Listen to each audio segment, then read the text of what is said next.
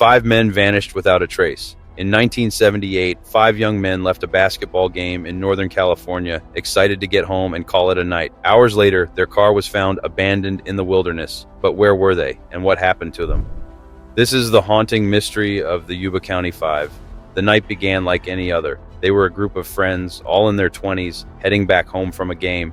They piled into a turquoise Mercury Montego, but they would never make it to their destination. What happened between that basketball game and their car being found deep in the mountains remains an unsettling mystery. Months passed, and after an intense search, the body of one of the men, Ted Wire, was found in a remote ranger's trailer, still far from where the car was abandoned. But that's where things get even stranger. Inside the trailer, investigators found food, clothing, and even fuel. So why had Ted and the others wandered out into the wilderness, and why didn't they use any of it to survive? Some say they were lost, confused, maybe even in shock. Others believe something or someone was chasing them, forcing them into the mountains. But no one knows for sure.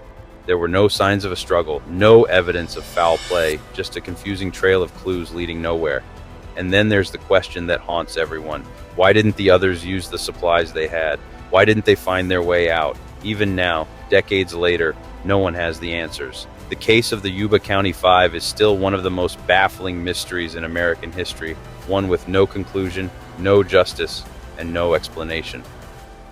Some believe the Yuba County 5's story is America's answer to the Dyatlov Pass, and maybe, just maybe, the truth is far more chilling than we could ever imagine. The Yuba County 5 may never have found their way back home, but the mystery of what happened to them still lingers, haunting those who dare to ask the question, what really happened that night in the snow-covered mountains of Northern California?